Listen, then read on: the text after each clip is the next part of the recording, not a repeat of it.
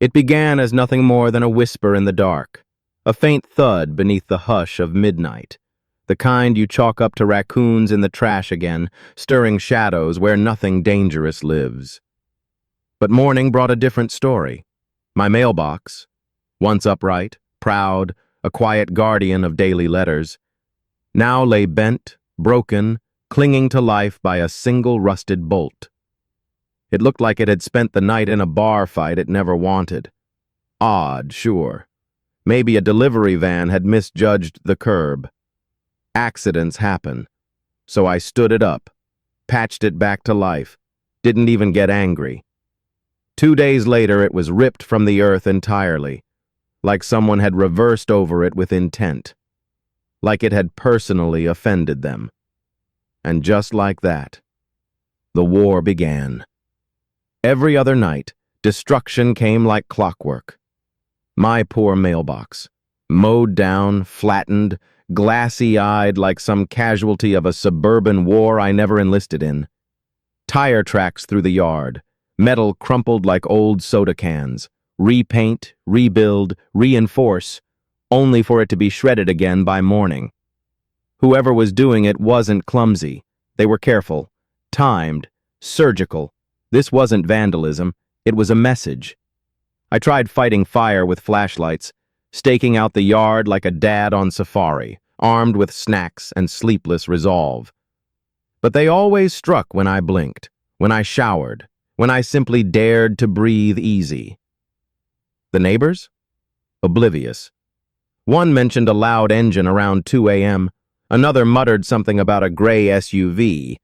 But around here, gray SUVs are more common than mailboxes. I filed complaints. The HOA promised to look into it, whatever that meant.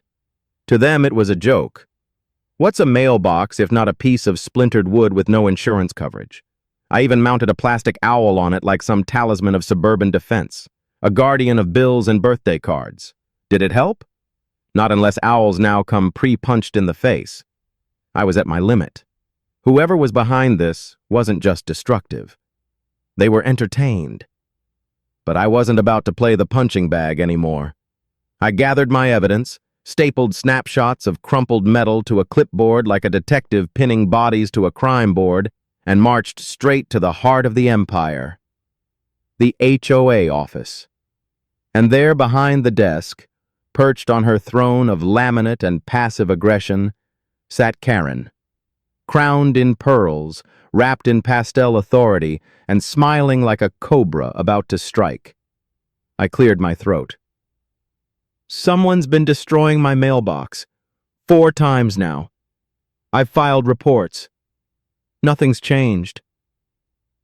Karen tilted her head, blinking slowly, as if mailbox was a foreign phrase she didn't quite recognize. "Oh, your mailbox," she cooed, like she was tasting the syllables for the first time. "Yes," I said. "The one in front of my house. The one currently auditioning for a demolition reel." She leaned back, folded her hands, and murmured something vague about old posts and strong winds, like the breeze itself had hosted a demolition derby in my front yard. I stared at her like she'd suggested Bigfoot did it. "It's been rammed. Tire tracks, shredded wood. I'm not imagining this." She smiled again, that signature HOA condescension, dipped in passive sugar and reheated. "We'll look into it. In the meantime, be sure your mailbox follows all HOA regulations. Height, color, post material. Wouldn't want to issue a fine." A fine for the victim. I came in holding autopsy photos of a crime scene, and she threatened to cite me for poor posture on a corpse. Still, I rebuilt it one more time. Stronger. Straighter. Painted it with a reflective strip, too, just in case headlights could save it. For a few nights, things were quiet. No tire streaks, no early morning splinters, just peace, the kind that makes you suspicious. And then I saw her, Sunday morning, coffee in hand, socks on, patience gone.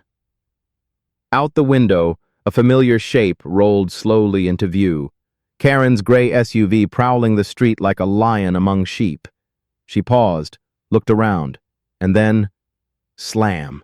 She hit the gas and plowed through my new mailbox like she was reenacting Fast and Furious HOA drift. The whole thing exploded on impact. Then, just for flair, she threw it in reverse and crushed it again. I burst out the door, coffee sloshing from my mug. "Karen! What the hell was that?" She stepped out like she'd just parked at brunch, adjusted her visor, looked shocked. "Oh, that? I didn't even see it. Just came out of nowhere." I stared at the mud-slick crater where my mailbox used to be. "It's been there for 5 years. She waved it off. "Well, it doesn't match the approved HOA color anyway. It should be antique bronze, not that depressing gray." "You mean the exact gray as your SUV?" I snapped. She blinked, like my logic had personally offended her. "You're lucky I don't fine you. I'm HOA president, remember?" And in that moment, everything clicked. Karen wasn't careless. She was calculated. A queen in her plastic kingdom, drunk on her own authority, convinced that title gave her immunity from consequence. But I wasn't about to play the pawn anymore.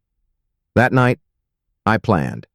If Karen wanted a mailbox as a battlefield, I'd give her one built for war.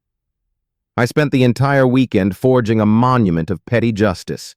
Steel core, half-inch cold-rolled, welded to a rebar cage, driven deep into a concrete sarcophagus, coated it in the exact gray she hated, added a motion-activated camera, even glued a fake squirrel on top for dramatic flair. My mailbox wasn't a mailbox anymore. It was a trap. 2 days later, I sat by the window. Coffee, slippers, steady breath. At 7:03 a.m., like clockwork, her SUV appeared, creeping toward my yard like a shark through shallows. She lined up, punched the gas. Boom! Metal kissed steel. Her bumper caved like a soda can under a stampede. The mailbox didn't flinch. Her airbag exploded in her face like karma's own punchline. I nearly spit out my drink. She stumbled out, dazed, hair wild, rubbing her forehead like gravity owed her an apology. I stepped outside, phone already rolling. "You might want to get that bumper checked, Karen." She looked like she'd swallowed a wasp and coughed up vinegar. "This is a safety hazard. I'm reporting you." "Please do," I smiled. "I've got every angle. Need help sending it to your insurance?" She stormed back to her battered SUV, dragging her dignity behind her like a busted muffler. And the mailbox? Still standing. Not a scratch. Built like truth in a town full of cover-ups. At the next neighborhood watch meeting, the footage got a standing ovation. Popcorn included. Because in the kingdom of picket fences and passive smiles, even justice needs a mailbox sometimes. The end.